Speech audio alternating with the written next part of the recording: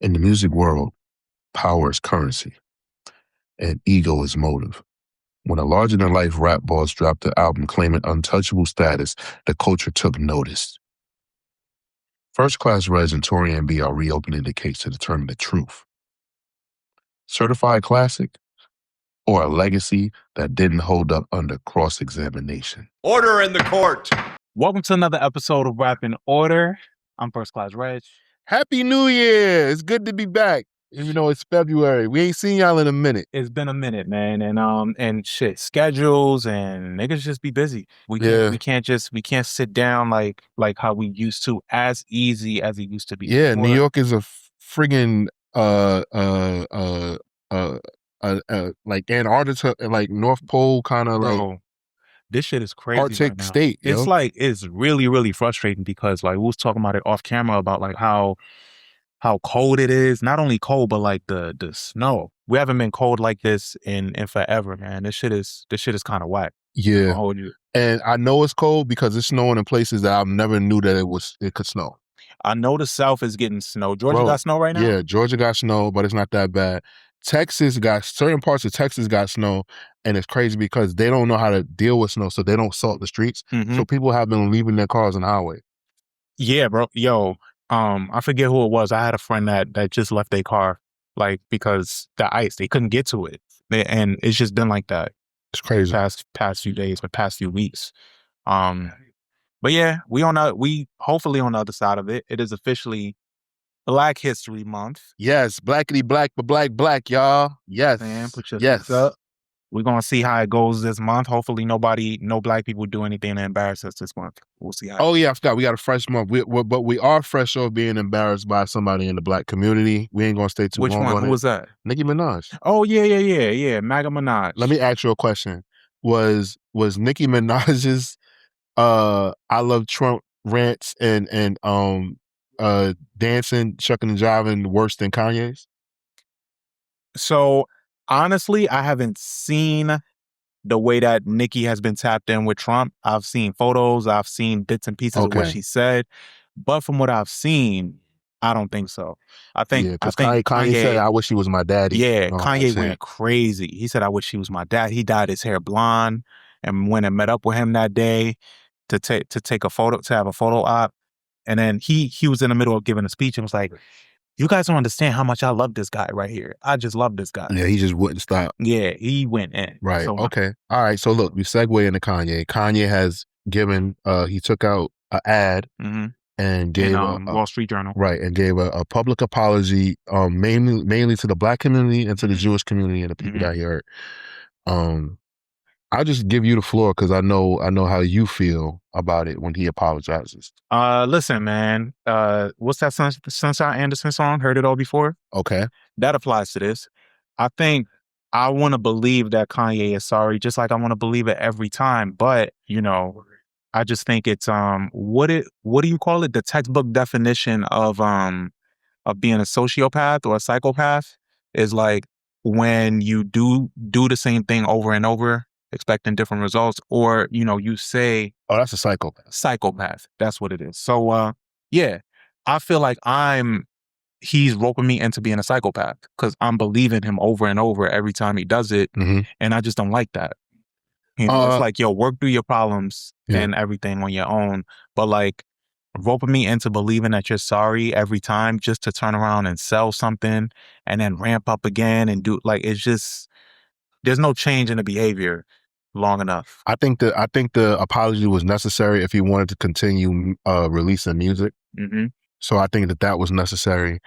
I do think that with him telling the explanation about like his brain, his frontal lobe being fucked up, the car crash that he was in, if anything happens to your jaw, something does happen to your brain. So his shit rattles. Yeah. So I do believe that like something happened upstairs. And I do think that, there's certain kinds of help that he needs to get. And I don't think that he's going to get the full extent of help that we think that he should get. But what I do think is that like, I think he like finally came up for air and like he's realizing like, oh shit, like I think over the years, like people put up with his antics and then would go back to normal. And I think there's some people that genuinely don't fuck with him that it's affected him. So I think like he kind of like wants to like see that, and I'm pretty sure his kids probably had some problems at school, and that probably pissed him off too. So, I'm always gonna like. I'm sorry. I'm always gonna like open the door, keep the door open for Kanye. So, hopefully, like this time around, like we just get music. He just had like an insane show in Mexico City, 2 shows. Like, you know, he was doing shows over in Japan. So, you know, I think that, you know, I don't think he'll have the same fanfare that he did before, but I don't think that's necessary. Like he's almost 20 years in. He's not a new artist. So I don't think that he should be trying to compete with, you know, the newer artists. But the fact that he still can do that in other countries, well, New Mexico's not another country, that's America. But what he did in Japan and then come here and do that in New Mexico in these insane stadiums and pretty much like he just announced it. It's not that much promo. It's not like it's, you know what I'm saying, like, or like when you go on Ticketmaster, they promote concerts shit like that. I ain't see that show on Ticketmaster, so I think fans still want to see that motherfucker. Well, yeah, for sure, because Kanye's always gonna be a draw because you don't know what you're gonna get. Right. Whether it's a rant, whether it's good music, you kind of win on both ends because at the end of the day, you get to say that you was there for either or. Right. It's like, yo, I was there when Kanye ranted about this. I remember when I went to go see Kanye for Watch the Throne, and he went on a rant about the lights not being like on enough for all of the lights. Like he stopped the song and was like, yo, the lights are supposed to be hitting from every fucking angle. Like he went in and, oh, this is great. Like I was sitting there like, this is great. Cause I was part of it. It felt like a moment. And I think his rants, in a sense, feel like that for a lot of people if they're there. Right. You know? So yeah, Kanye is a legacy act. He can coast off nostalgia all he wants. I'm just curious to see how the new music impacts. I think I think one of his next moves is going to be a Vegas residency. That would be cool. I saw a tweet the other day and I wanted to see if you agree with this. Somebody said, yo, if we just get 3 years of good behavior from Kanye, he can be in the running to perform at the Super Bowl again. Yeah. You think so? You think 3 years is like the cap, or do you think? Yo, bro, people forget shit so fast, bro. Lil Wayne took a picture with Taurian and talks about that no more. People just excuse it. Even though like Wayne gets a pass because he kind of acts like space cadet, like a space cadet. Like there's shit that like people do, bro. Like as long as you kind of like just like lay low for a little while, like people will like let you back in their good graces, and I think that's on both ends. For white people and for black people, like yeah, like he'd be all right. Look at Charlie Sheen. Yeah, that's true. That Tiger Blood era was crazy. Yeah, and people barely remember that. And now you know he wrote a book, you know, and then like you know he's doing interviews and shit like that. Like Netflix documentary is out. Yeah, Netflix documentary. So I truly think so. I think that we want to love Kanye. He just makes it really hard with the shit that he does. So you know that's one thing. Let's see. Moving along. This is going to be really quick. So did you see the thing where like Ludacris was supposed to be performing at the Kid Rock Country Music Festival? The funny thing is like he left that festival and now he's doing the Stagecoach Festival. This is another country music festival, but this one is ran by the same people that throw Coachella. It's called the Stagecoach Festival. So that one is the safer festival for that audience because I think that Ludacris was fine with it until like people like realize like if Kid Rock is throwing this, fuck it. Like this is a MAGA thing. And then Ludacris had to like backpedal. And he was like, I still gotta address this fan base. So he went to Stagecoach. Yeah. I think that's really funny and like I found that very interesting. Smart. I think some people was like, yo, that's corny. You made your decision and why back out of it just because you got some backlash? But I think it's him listening to his fans. I appreciate it. You know, him listening to his fan base and actually kind of admitting a misstep. Like, yo, even though, you know what, like, it's not like Ludacris puts out new music and shit that niggas is waiting. Yeah, nah, like that's like, what I'm saying. He has, for some reason, like there's a, and because I'm a country music fan, there's a sector of country music fans who do like hip hop. But it's like, because country music is going more towards pop, they kind of enjoy like that repetitive sound. I know it sounds crazy because it's like, how do you even connect that shit? But like somebody like Nelly, like he does great with the country music audience. And I can't fully explain it, but like this is why like certain artists like Post Malone and Jelly Roll, when they go to country music, it's like nothing because like it's like country music is becoming like repetitive hooks and certain kind of like drinking and bar fighting, like it's some connection with country music and like the very like beginning scale of hip hop that's connecting, and certain rap artists are cashing in on it. Mm-hmm. I think that's all it is. Like, I don't be surprised if this guy starts. What's that white guy that the last white guy that was popular? What's that? What's that nigga? He be flipping at award shows and shit. I forget his name. Damn, I can't think of his name right now. Name. He had the song with Drake, and they was at the Kentucky Derby. Oh, you talking about Jack Harlow? Yeah, Jack Harlow. Jack Harlow's going to make the country. He's going to join the country soon. You think so? Yes. I mean, maybe. I think he did a presentation, or no, he performed an Elvis song. He did a cover of an Elvis song, and people was like, we see the move, we see the play. See, I didn't even fucking know that. He did a performance of an Elvis song. I didn't even fucking know that. And but that's like, what I'm telling you. Already. It's coming. It's going to happen soon. All right, so 2 rappers, from the 2000s that were popular came home. So first off, Max B came home. Mm-hmm. Shout out to Max. He's come home. He got brought out on stages. The wave is free. The wave is free. He was featured on Wiz Khalifa's new album that just came out. Mm-hmm. And it wasn't what people expected because they wanted like the melodies and stuff like that. But like Max actually rapped. Perfect for some melodic, yeah. And he put out Coke Wave 3.5. With French Montana. That's his right hand. They've been on a press run. So they've been doing really good, right? Mm-hmm. So that's been too cool. Fetty Wap is home. Mm-hmm. And he's doing like amazing because 2016 is trending. Mm-hmm.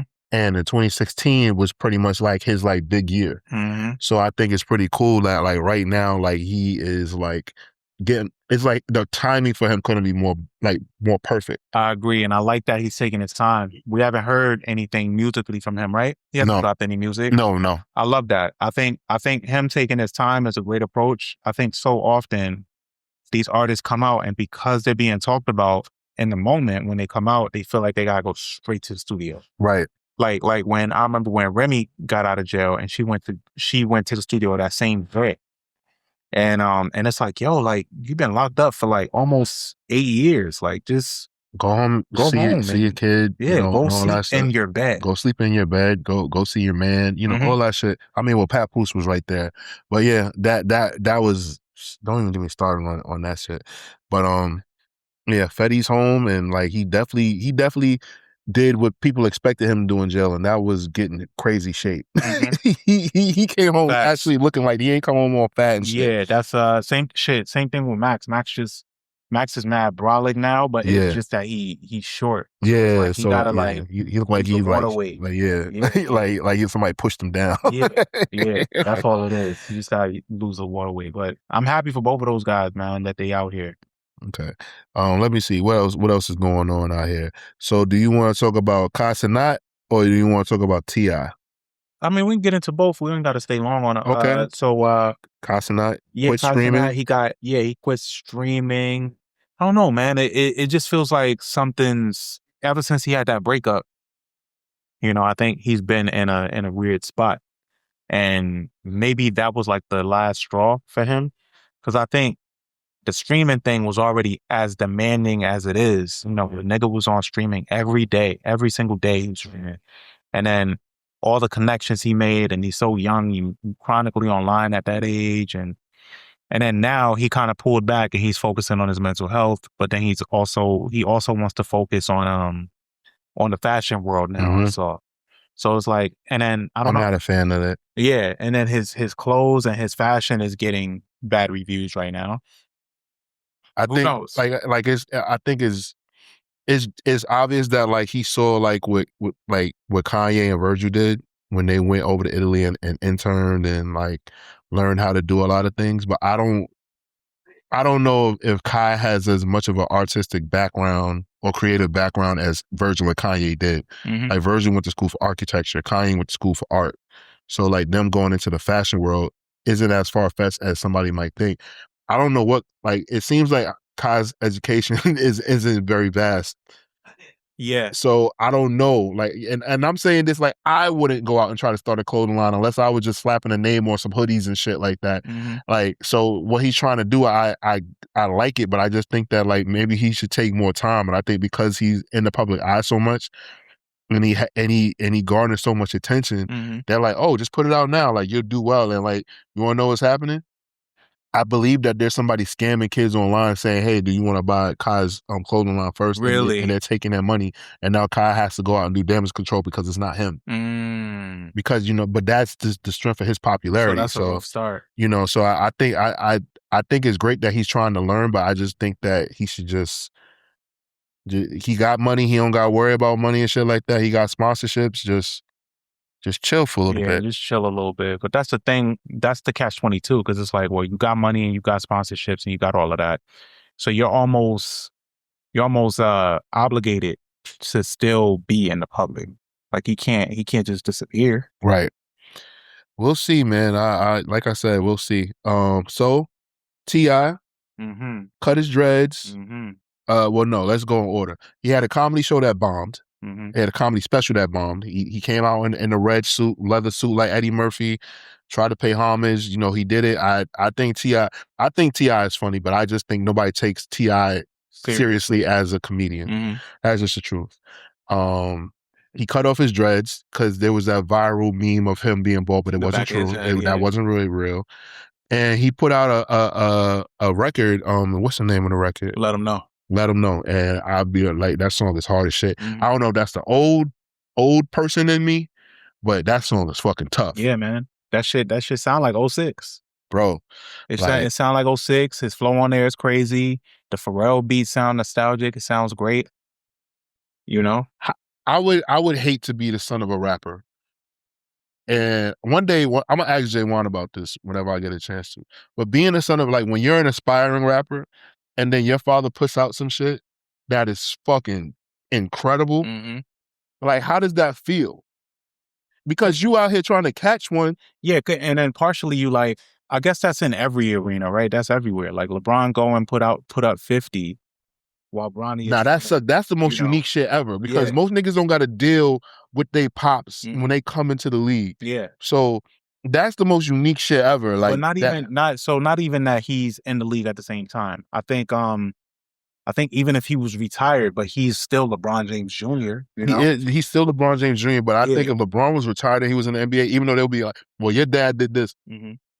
At least his dad's still like play with. I'm saying LeBron James is 41 years old and could still go out and give a triple-double. Bronny's barely cracking 5 points a game. Yeah. Like, even though he plays like way less time, I'm pretty sure if Bronny got to play 32 minutes a night, I don't think that his stats would be that much different. That's true. From what they are now. So that's what I'm saying. But as for like rappers like T.I. and Jadakiss who have sons that are active in hip hop, right? Like, they're in the studios, they're trying to get one, they're trying to find their sound, they're trying to find their voice. And then T.I. is like, man, I gotta remind these niggas, fuck this comedy shit. Yeah. T.I. has 3 sons that are actively recording music. Buddy Red makes like blues folk music. Sounds good too. Yeah, is it Messiah? Yeah, Messiah is it? Yeah, because Damani's younger. Okay, so you got Messiah who raps and he kind of reminds me of like a Corday J. Cole kind of type, right? And then you have King, who's fucking hilarious to me, but King is basically trying to emulate who his father is. And it's just not working. And then your pops comes out and does that shit. Just like easy. Yeah. Let me just dust this off and just do this. That's all I'm saying. Yeah. Like, that's tough. It looks great. The flow is still there. Like, T.I. is one of my favorite rappers ever. Me too. He said that. So like, seeing him back in his way, I'm curious about the new album because I feel like he's pretty serious about it being his last one. I think that's pretty funny because his first album was I'm Serious. Oh yeah. So that's pretty funny. Yeah, but, I think he's serious about this. So we're gonna see, man. We're gonna see what happens. And he has all the connections to still have incredible production on this album. Bro, and features. Yeah, I'm curious. I know that Quavo is working on new music with Pharrell, and so is Future. Because that song, I'm segueing into that because that song was produced by Pharrell for T.I. Yeah. Right? Yeah. So Pharrell is cooking up stuff. He has everybody coming to that studio in France at Louis Vuitton, and apparently it's like state of the art. Leaving with gold, right? So we have that, right? And now what I want to move on and talk about, and this is going to be like I got a segue in here to argue with someone with Reg, but first off, Hit Boy and fucking Mike Will made it. Had a versus.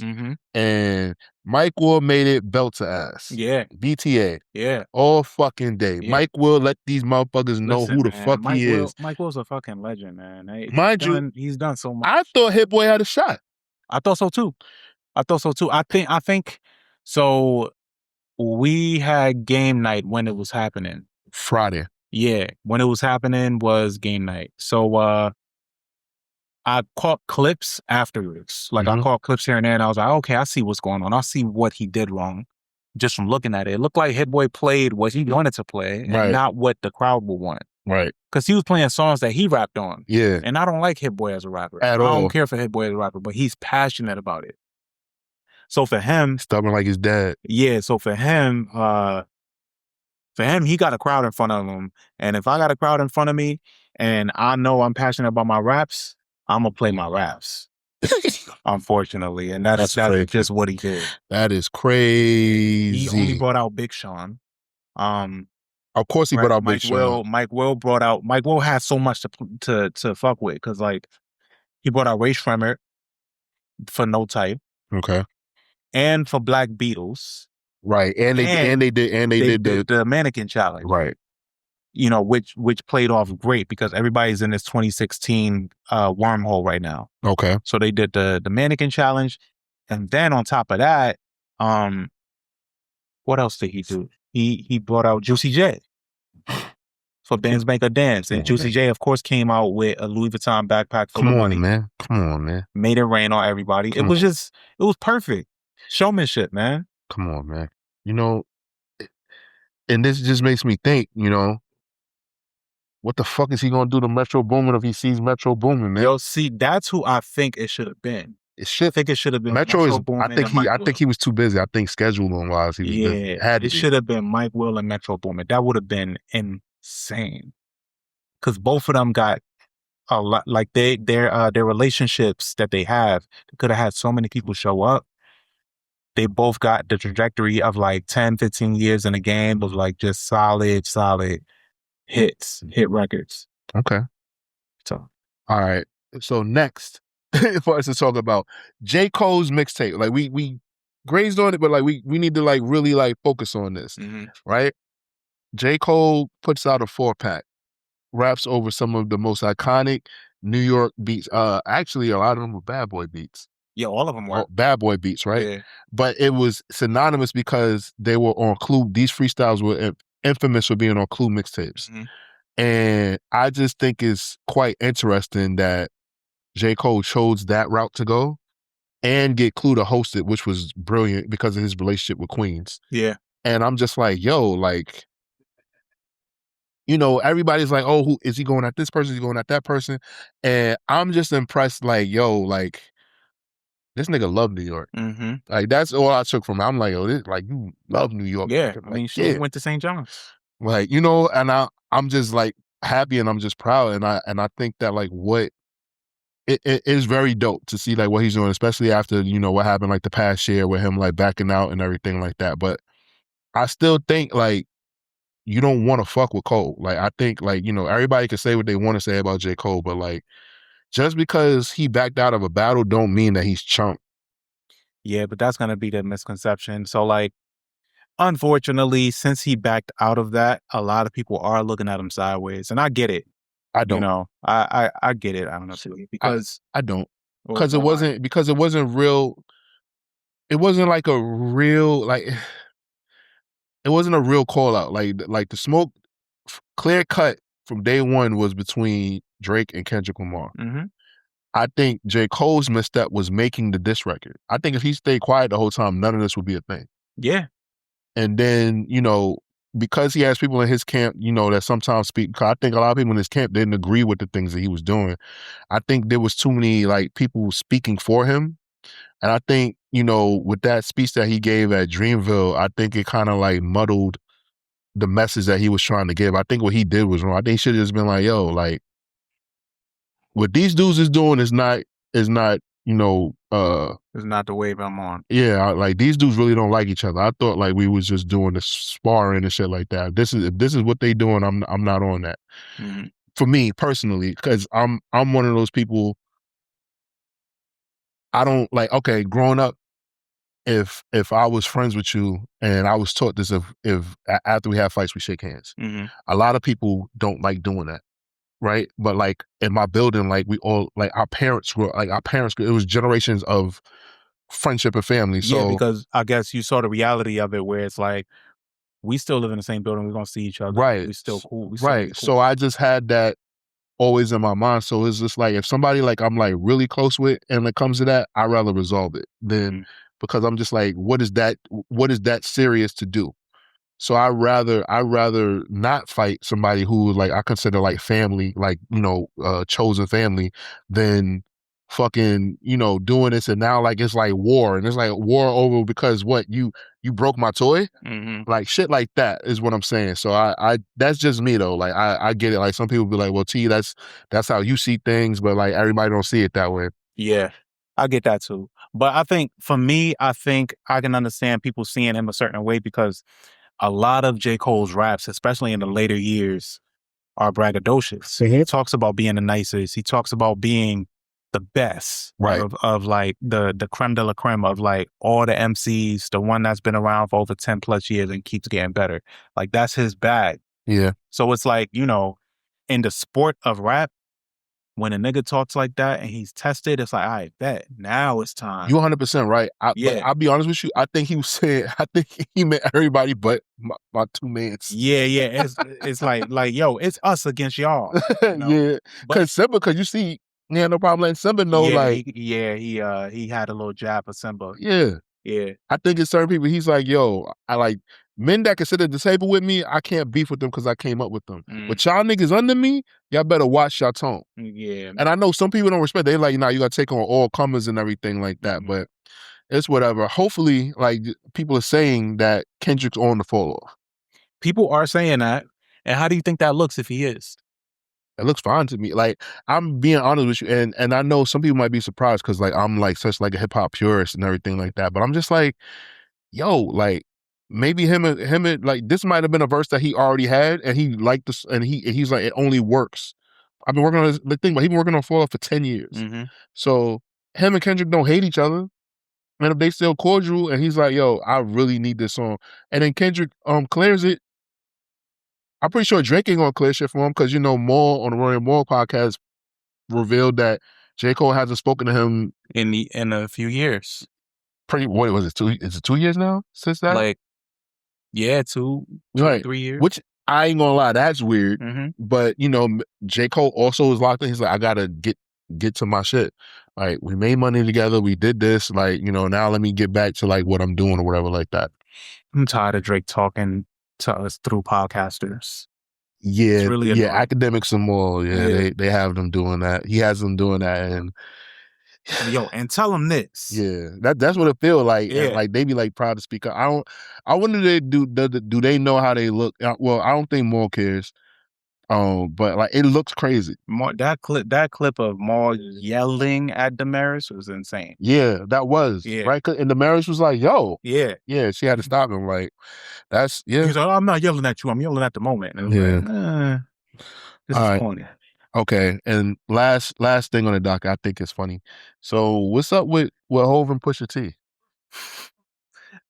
So listeners, viewers, if you're wondering what he's talking about, we got a new Epstein pack drop. Yep. And in there, and because it's such an overwhelming drop. Like when people comb through those things, there's a lot to uncover. And one of the things that came up was that Jay-Z was hanging out with not Epstein, but Weinstein. Right? Yeah. So him and Harvey Weinstein raped the girl. Yeah, back in 96. In 96.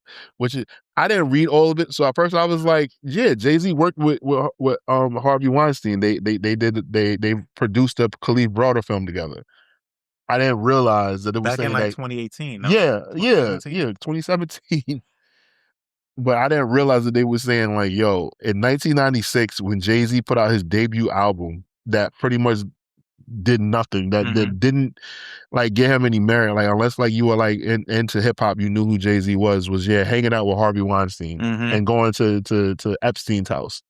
Yeah. So like I guess the other thing too that people aren't looking into, but I see more people talking about it now when they're poking holes at it now. Is this was like an anonymous call. Yeah, right? this was an anonymous call. So And it was a tip. Yeah. and so they document things like that just because they have to. Right. Because them even mentioning Pusha T. And then there's people there and then there's people like, I believe it. Because this and that, like, because people are basically saying that Jay-Z always has had the status that he has now then. And I think that's hilarious. Yeah, Jay-Z didn't get if this happened in like if they said, oh, this happened in 98, they'd be like, I mean, well, Jay-Z did sell 5 million records that year. Like, there would be more to stand on. There would be more. They was better off saying that Jay-Z was in the room holding the camera when R. Kelly was peeing on that poor girl. Yeah, or like, like back then, or like if they said, oh, around Kingdom Come, something. I don't know. That was his turn.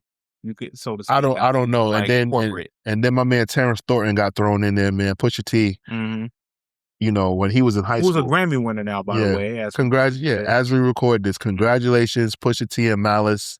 Thank you, Malice, for helping your brother out. That's real big bro shit right there.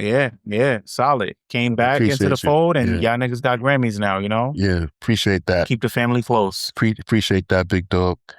But yeah, let's get into this episode. All right. Episode for today, we're getting into this rapper, this MC has been around since the early 2000s, man. It's crazy when you brought up this album, I started reflecting even on that. Like, damn, when's the first time I heard this dude? And it was back in like 2005. Like, yep, insane. So like over 20 years in the game. Really, really great bodies of work that he's dropped over the years. This album in particular is his 5th studio album, and I'm talking about Maybach Music Group owner Ricky Rozay. Shout out to all the peers. Yeah, and we're getting into his 5th album today. God Forgives I Don't. Yes. It was released in July 2012 under Slip and Slide Records, Maybach Music Group. Let's see here what I got. Album was produced by several record producers, including Cool and Dre, Justice League, Pharrell, Jake One, Rico Love, amongst others. The album received generally positive reviews, debuted at #1 on Billboard's top albums, selling 218,000 copies in the first week. It was nominated for Best Rap Album at the 2013 Grammy Awards, but it lost out to Macklemore and Ryan Lewis's The Heist, which, if most people remember, that is also the album that won over Kendrick that year. So Rick Ross' God Forgives was also nominated that day. But God Forgives I Don't has like a kind of a weird legacy attached to it, because it's like people remember it, but not really. Like, you had some big songs on here, like Three Kings with Dr. Dre and Jay-Z. You had 16 with Andre 3000. You had Hold Me Back, So Sophisticated. There's some big ones. There's some big songs on here, but I think he has albums since then that have like kind of overshadowed this one, Yeah. This album it's funny because Teflon Don, he had such like a run. So he had the Rich Forever, the Albert Anastasia mixtape, the Rich Forever mixtape, then Teflon Don, right? So like he was pretty much on fire, and labels was giving him anything that he wanted. And this album, I'll say, in my opinion, is probably his most cinematic, expensive, and ambitious. Where like I think that like he was supposed to, like, everything was supposed to like happen like how, like what happens in like movies where like you become like the bigger rap star and your empire really grows, and then you try to sign everybody. It kind of basically he kind of like Rockefeller the game. Where like, he had like his artists, he had Wale, he had Meek, he had Stolly, right? So he had and then he had Tidra Moses as well. Tidra Moses, right? So he had like the label, and like it was really going like crazy. And then he had the Bel Air Rozay, right? Can't talk to that. So like I really think that like he was really, really in his CEO bag, and he was making so many things happen. And I think that the reason why this album was too bloated. Like Teflon Don was like great because it was straight to the point. It was all the best records that he had. Because as you remember, like he had 2 songs that came out before this. So You're a Boss and These Niggas Can't Hold Me Back. Before this one? Yeah, before this album. Those songs were and, singles that were supposed to go on this album. So You're a Boss with Nicki Minaj, and the other one was Hold Me Back. Nah, it was I Love My Bitches. Oh man, I Love My Bitches. Yeah, Yes, you're right. Produced by Just Blaze. Right. So, and like they didn't ring off the way he anticipated. Like it didn't go. So he had to go back to the drawing board, and like we got the spot because it was delays. I remember that because I was anticipating it because I remember Teflon Don was so good. I started like arguing like, yo, is Rick Ross like the best rapper alive right now? Like, and he had a good argument.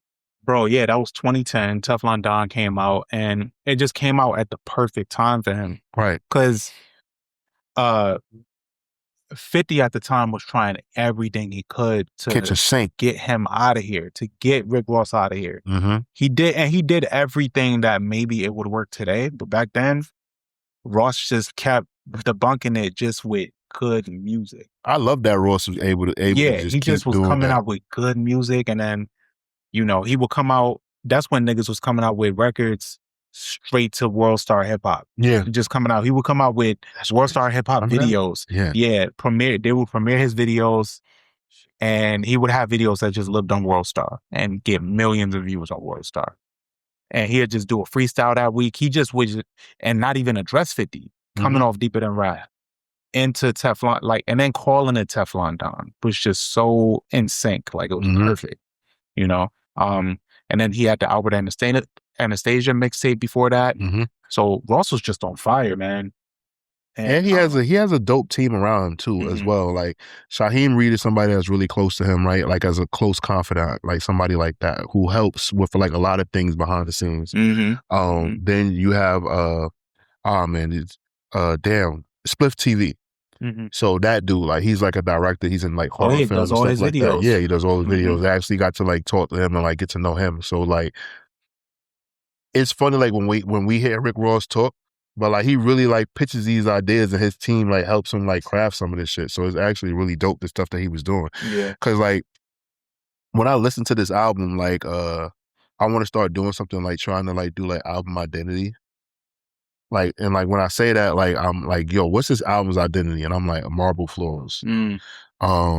International travel, mafia diners, champagne poured slowly. Like that's kind of like how I felt listening to this album, like what I think. Like I'm like, okay, like Teflon Don was the album that kind of like where he was aspiring to do it, but like God Forgives I Don't was an album that like these things were like happening like on a regular basis. He did announce his it's funny that you say Champagne Pouring. He had said a while ago that his next album was going to be called Champagne Wishes. But I don't know if he's still working on that or if he changed his mind, but I always keep an ear out for Ross because I'm always interested to see what direction. Because he can rap. Like I fuck with it. He can rap. He picks amazing beats. He always has great collaborators. Like, so I'm always interested.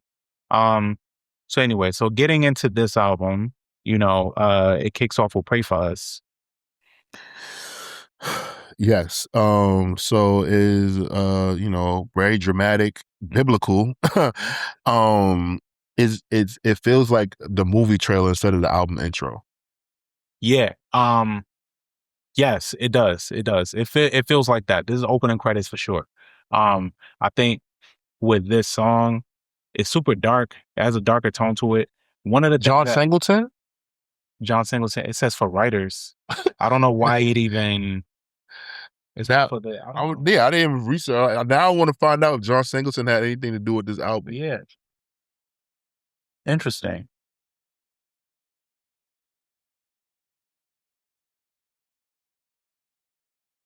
Which adds a deeper, darker criminal link. Right. Because of Snowfall.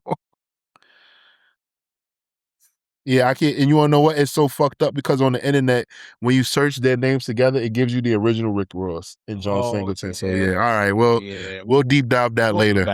We'll come back to that. But one of the things, like speaking of darker, like one of the fun facts about this album was that Rick Ross called it his darkest album. He said that it was intentionally heavier and more introspective than Teflon Don, like because the album isn't just like some like tough talk reference. Like it reflects like the paranoia, and I've always been obsessed into looking at the paranoia that these rappers go through, right? Because a lot of them talk about it. Paranoia, betrayal, legal pressure, way to success. So on this album, you'll feel like he's rapping like he made it, of course, because that's what Ross does. But on this album, there's also the added layer of him not feeling safe yet. Right. And or the end being near. Yeah. So there's always that. But yeah, Pray for Us. Well, really Pirates. Pirates is really what kicks it off. It's produced by Kino. Okay. Yeah. Pirates kind of like is, the dark haunted production, like Red said, kind of lets you know like, all right, this is where like things are going. Like he's aware that like, it's not all glitz and glamour. Once you get to the top, is nothing good comes to you. You know what I'm saying? So it's like you just gotta prepare for the worst. You kind of become jaded by everything. So, you know what? So John Singleton was coming up because of that excerpt from Baby Boy that plays.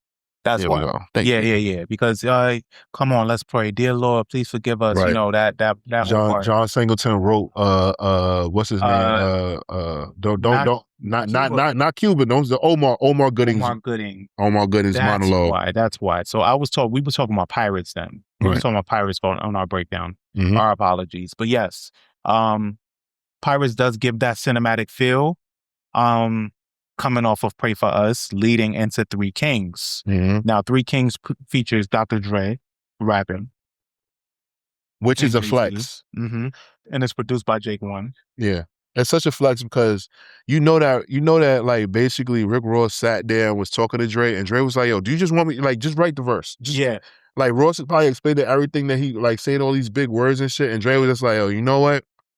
I'll get in the booth. Just stop talking to me. Just write the verse for me so I can rap it." Yeah, Dr. Dre's verse plays like a fucking ad for Beats headphones. Like that's all it is. You should hear this beat through my headphones. Like it is just, and at that time Beats was insane. I think a couple years later is when, remember that video that Tyrese put up? Yeah. We talked about where he was like, he's a billionaire. Like, he just partnered with Apple.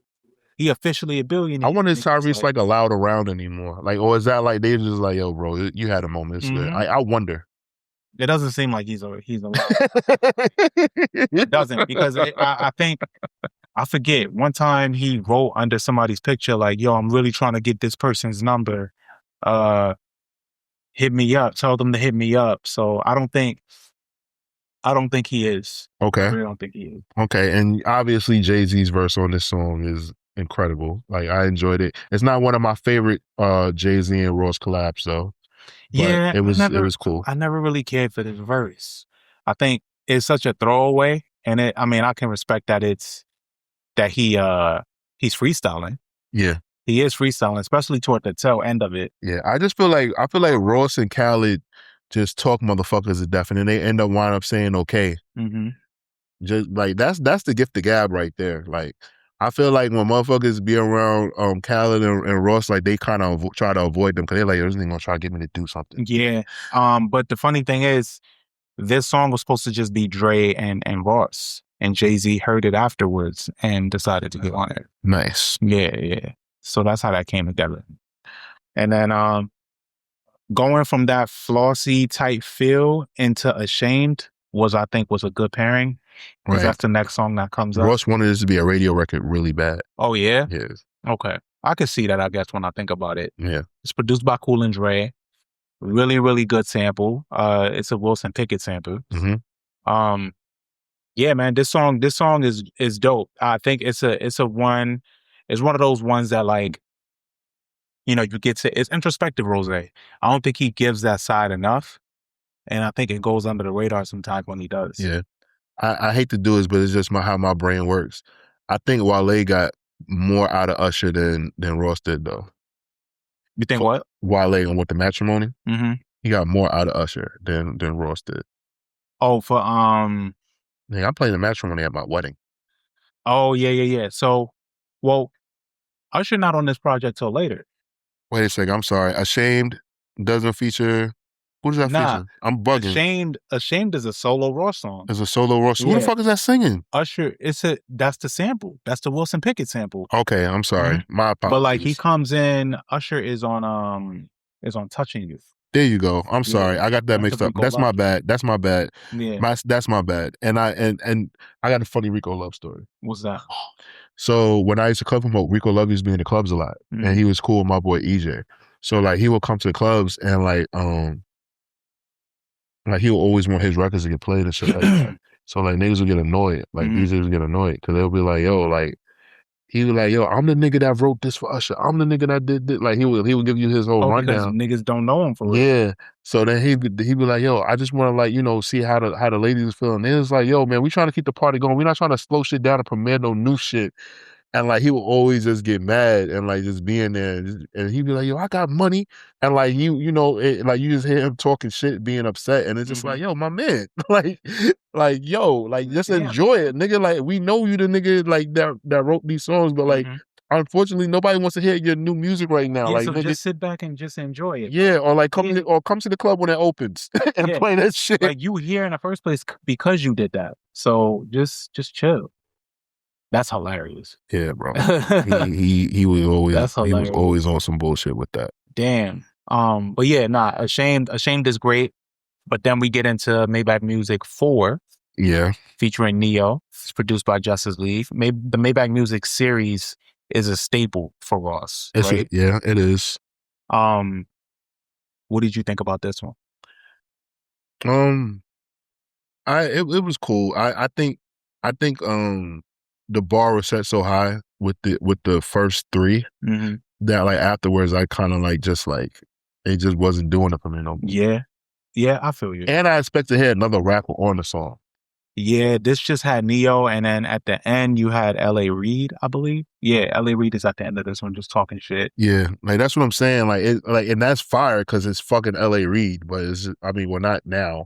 Yeah. But back then it was. In 2012 it was fucking dope. Yeah. But yeah, like it's just one of those things where I'm just like, I just like the bar is just too high. Like the first Maybach Music is with fucking Jay-Z. After that, like you know what I'm saying, like it does. Someone was Kanye, T-Pain, and Wayne. Right.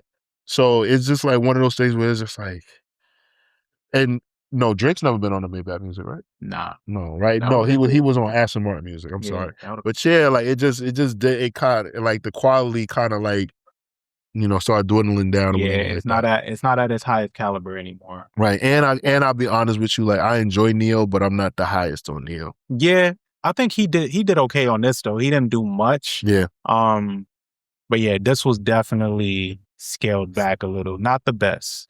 But yeah, we get to this halfway point of the album, which is 16. Yeah. 16 features Andre 3000, one half of Outkast, one of the best rap duos of all time. This is produced by Justice League. The song is 8 minutes and 18 seconds, and it is incredible. Do you know that this song started out not even being when 16 ain't enough? Is like Rick Ross had an entirely different concept, and Andre 3000 heard the beat, and then he just sent it to Ross like that. Where he overrap. He was supposed to literally give him a 16, and that's what Andre started saying, that they changed the hook, everything. Like so, Andre was like, when 16 ain't enough, and like, cause he was like, you telling me to only give you 16 bars, and I really like this instrumental. So he just said what he had to say. Yeah. And then Ross let the label hear it, and they was like, "Yo, we gotta change this whole shit. You gotta change your verse on the song." And that's what happened. Yeah. And labels wanted it to be shorter. Yeah. Yeah, they wanted it to be shorter, and he was like, "Nigga, I'm not cutting Andre 3000 verse." Nigga, and Andre was on such a creative high at the time because he did that Jimi Hendrix movie. Did you ever see that movie? I saw it I went to the movies to see that. Me too. Yeah. I didn't know that about Jimmy. Yeah. So I think he was on such a creative high, so he was learning the guitar at the time. Right. And shit, he gave this nigga Ross more than he's given any other feature, I think. He like with the rapping, with the hook, and the guitar at the end, the guitar solo. Like he really committed fully to this song. Yeah, it's a classic. I know Jay-Z be pissed off anytime he hears Andre 3000 give somebody a verse. Why? Because he's been chasing the Andre 3000 verse for 20 years. Nah, on what album was that? On the Blueprint? Was it the Blueprint too? Papa Tags with Killer Mike and Big Boy. Yeah, he wanted Andre. Oh, he wanted Outkast on there. Yeah, he wanted Outkast, and Andre was like, I can't think of nothing. And every time Jay like reaches out, Andre says, "Yeah, I ain't got it right now." Damn, Dre. Yeah, that's why Killer Mike is on the song though. It was supposed to be Outkast. Okay, that makes sense. I do like that song though. I do like how it turned out. But yeah, classic song. Andre is just so good at like putting you in a moment of weird. Yo, he's weird. He's like that. He's like that friend that like used to be nice in basketball but don't play no more, but go out and can still score 30. Mm-hmm. That's Andre. But then you come off the court and you're like, damn, nigga, you just put up 30. And he like, yeah, but when I hit that three, man, it could have been like he reflects on all the shit. Yeah. He'll say something like that. Yo, I had 2 turnovers. Nigga, we outside in the street. Yeah. Ain't no turnovers, bro. Like it could have. Nah, man, I'ma just. Yeah, man, I ain't got it no more. Yeah, I ain't got it. Like, nigga, what you talking about? You're amazing. Yeah, man. Classic song. Ross held his own too. You know, he did, but it wasn't a wash. Yeah, it wasn't a wash, but like that's Andre 3000 right there. He's the highlight for sure. This was produced by Justice League, by the way, if I didn't say that. And then we lead into Amsterdam, which is, you know, it's moderate. It's right. cool. It's cool. It's a good filler in there. By Cardiac. Mm-hmm. What are your other standouts on here? Because Hold Me Back is after that. How you feel about that one? Hold Me Back is a quintessential song. Mm-hmm. Like it's fun. Like I think like a song like I'm like, damn. I guess because of the lyrics and like Ross had already got in trouble for You Ain't Even Know It. I'm like, Hold Me Back should have definitely got picked up by the NBA. Oh yeah, Hold Me Back. Yeah. This sounds like it could have got played for like an NFL. Like he just could have changed it. Like these boys can't hold me. Some. I think he did change it like that for the video. I think something like that. Like it's just like this song. Like it's definitely like a song for athletes to get hyped to. Yeah, Hold Me Back was a standout, but it's so 2012. It is so 2012. It sounds just like it, but I do recognize the push that it could have had for sure, and I think it was a World Star exclusive song at the time. 9/11. Well, Gunplay. I love Gunplay. I love Gunplay and Rick Ross together. I always wanted more for Gunplay, but I just don't know if Gunplay wanted more for himself. But I love Gunplay, bro. You can't tell me shit about Gunplay. Same. He raps really well. It's scary. He has an awesome fucking rap name. Yeah. Gunplay. Like what? Gunplay is great. Yeah, bro. So Sophisticated. Low point for me. Yeah? Yeah. I like So Sophisticated, but at the time, I just don't believe Meek. Even back then? When I hear certain shit, like, no, like I'm like, yo, Meek is learning about luck. I guess it's certain things when I hear it, I'm just like, I don't think Meek knows shit about luxury. I think he was just on fire at this time. So it's believable, you know? Like I think this was 2012. This was golden Meek era. So like Meek was unstoppable at this time. At that time, anything Meek did. Meek paired with Ross just made so much sense, you know? True. So this was one of those, but you know, I'll give you this. Is it on the list of like their best work together? Not for me. It's not. No. It's not. So I'll give you that. Presidential follows this and it features Elijah Blake, who everybody was kind of using for hooks around this time frame. And it's